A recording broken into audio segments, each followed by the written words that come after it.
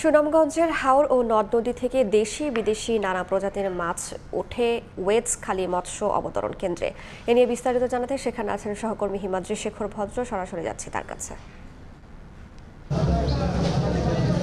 আমি আছি সুনামগঞ্জের ওয়েজখালী মৎস্য অবতরণ কেন্দ্রে। এই মৎস্য অবতরণ কেন্দ্র থেকে সুনামগঞ্জের বিভিন্ন হাওর এবং নদী থেকে প্রচুর পরিমাণ মাছ আছে এবং সেই মাছগুলি এখানে পাইকাররা নিয়ে আসেন বিভিন্ন ট্রাকে এবং ট্রাক পরিবহন করে নিয়ে এসে এখান থেকে খুচরা বিক্রেতারা কিনে নিয়ে বিভিন্ন বাজারে নিয়ে বিক্রি করেন। আজকে আমরা কথা বলেছিলাম এখানকার লোকজনের সাথে, তারা জানিয়েছেন যে এই মুহূর্তে মাছ ধরার শেষ মৌসুম চলছে হাওরে, এবং হাওরের মাছ ধরার শেষ মৌসুম এবং পবিত্র রমজান মাসকে কেন্দ্র করে মাছের দাম অনেকটাই বাড়তির দিকে রয়েছে। এখানে পুকুরের মাছ, হাওরের মাছ এবং চাষের মাছ সহ বিভিন্ন প্রজাতির দেশীয় মাছ রয়েছে। এবং আমরা কথা বলেছিলাম এখানকার লোকজনের সাথে, তারা জানিয়েছেন যে আগের থেকে মাছের আমদানি কিছুটা কমেছে, কারণ হাওর এলাকার জলমহলগুলিতে এখন মাছের যে ধরার মৌসুম সেটা পুরোপুরি প্রায় শেষ হয়ে আসছে। আর কিছুক্ষণের মধ্যেই, কয়েকদিনের মধ্যেই পুরোপুরি শেষ হয়ে যাবে। এবং আমরা কথা বলেছিলাম এখানকার সমিতির লোকজনের সাথে, তারা জানিয়েছেন যে প্রতি কেজি মাছে এখন 20 থেকে 50 টাকা দাম বেড়েছে। এবং আপনারা দেখতে পাচ্ছেন যে এখানে